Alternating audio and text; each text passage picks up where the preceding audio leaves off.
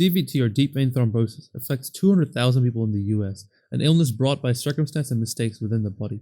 But isn't that the tale of all illnesses? As you might have guessed, a DVT is a thrombosis that forms in the deep vein. A thrombosis is a blood clot, and the deep vein is, well, a deep vein in the lower leg. With names like this, it's a wonder why doctors have to spend so much time studying. The inevitable questions are, how, why, and when? I've called this series Unraveled because for all the synonyms I've explained, Unraveled seems the least exploited.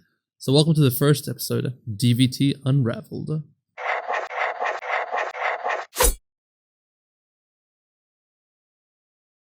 A DVT begins as a thrombosis, whose formation depends on three factors, collectively known as the hilariously gangster-sounding Virchow's triad: endothelial injury, venous stasis/turbulence, and hypercoagulability. Even though they are represented equally, venous stasis is the major factor, as without stasis, a thrombus doesn't form. So how exactly do these three factors influence thrombus formation? First, thrombus formation has to be initiated. For this, the endothelium has to be damaged. The artery is made of three layers, and the endothelium is the thin, innermost layer perfectly adapted to complement blood flow. Once the endothelium is damaged, it exposes the subendothelial matrix underneath, exposing factor 3, also known as tissue factor, which initiates thrombin formation, as well as the extravascular cells, and begins to initiate the process of platelet deposition. The entire process of clot formation is quite complex, so I'm going to save that for another video, but I will skim over the important parts. Blood flows in a laminar flow. This means that the center moves the fastest and the edges move the slowest in the same direction.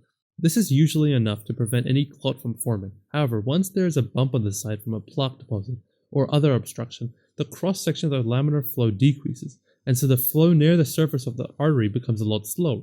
But once it passes the obstruction, the flow becomes turbulent, forming stasis. The turbulent flow combined with endothelial injury causes the accumulation of thrombus. The turbulent flow combined with endothelial damage allows the accumulation of thrombus products, where usually it's washed away. The last arm of Virchow's triad is hypercoagulability. This factor is different because it isn't a factor that activates and causes coagulation, but rather a factor in the background that seems to increase the chance of coagulation. It influences the pathway leading to faster coagulation. This can be done genetically, for example by mutations in the genes for a procoagulant molecule called factor 5, or environmental factors such as oral contraceptives, or in pregnant women where they are in a state of high estrogen levels. Once the DVT is formed, it can dislodge or embolize, and this is when it becomes lethal. The most common way is by traveling to the lungs and getting stuck in one of the pulmonary arteries, causing a pulmonary embolism resulting in death. However, most just kill the lung tissue and you never notice. And what it can cause depends on where it ends up. It can easily go through the heart and into the arterial system, a paradoxical embolism. Fundamentally, the best way to address this is prevention. Ultimately, the question of prevention is a question of causes. The first on the list is economy class syndrome, or more kindly, traveler's thrombosis.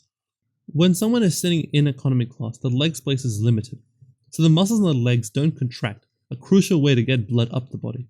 Surgery that leaves you bedridden can also increase the risk, for similar reasons. However, this one can take a couple of weeks to manifest, both leading to blood stasis.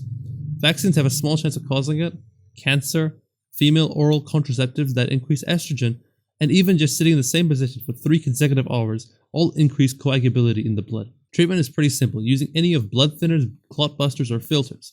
The real issue is identifying it in time before it can dislodge and end up causing real damage. This video is really only about how DVTs are caused. I'll make more videos expanding on the other things I skipped over. Once again, thank you for watching. If you learned something new, subscribe for the next one. See you next time on Raid Shadow Legends.